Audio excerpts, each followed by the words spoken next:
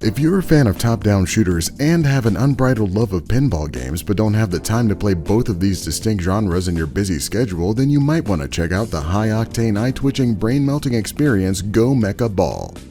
Dive into the role of a bunch of cats that encounter a fun-sucking portal that ruins all of their good cat times. So as any group of cats would do, they built giant walking mech suits that resist the portal's shittiness while also imbuing them with the ultra-masculine combined power of wielding guns and swinging a big bouncy ball.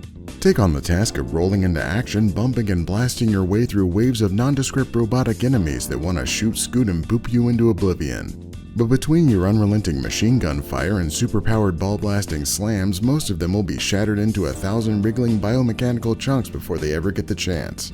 From their metallic corpses, you'll find resources, health packs, chunks of ammo if you ball bash them, and even more guns to blast an ever-growing number of enemies skittering across each stage.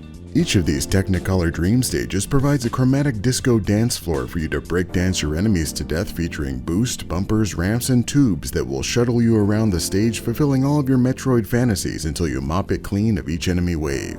Then you can pop down the portal drain to pick from a selection of upgrades or abilities that will round out your ball's capacity to keep dashing without crashing. These include powers like grenades, turrets, rockets, and even double discs of death, as well as upgrades that will increase your damage, movement, and keep you from dying within minutes of starting like a real high-quality video game reviewer.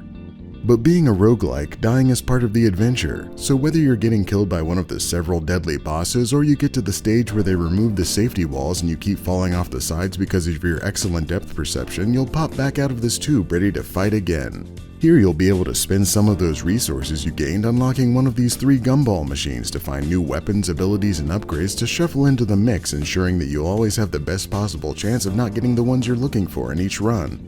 Yet if you do succeed in vanquishing all of those bug body bosses, you'll get the pleasure of heading back into the fray with a fun interactive difficulty level picker to make sure your shiny metal ass is kicked all the way off this time around. Go Mecha Ball, insane isometric action built specifically to test if you still have good reflexes. It's probably pretty easy to say that this is sort of like Sonic with guns, given that half of your damage is based off spinning boosted ball attacks, but the real reason it reminds me of Sonic so much is that it's mostly about the flow. Go Mecha Ball hinges several aspects of the experience on the combo system, which not only gets you more money to use in the pre-boss stores, but can benefit certain upgrades, boosting damage significantly. The flow is also similar in that while you can go incredibly fast, it's often best to take a more measured approach and know when to use momentum and when to slow down. It's not just about ping-ponging around the level every second for success, and doing that too often can easily get you killed. I don't think the flow is perfect though. It seems like some of the levels are a bit too crowded while others are too open, and the annoyance of falling off the map on the last set of stages is a frustrating extra hurdle that killed me probably more than anything. I also feel like there's a missed opportunity to reward players who are spinning their wheels by allowing them to further upgrade the unlocked extra mechs.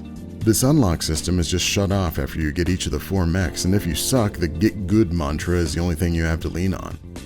Those quirks and some occasional performance hiccups aside though, the gameplay, presentation, and overall experience of this game is extremely polished and every interaction feels fluid and impactful.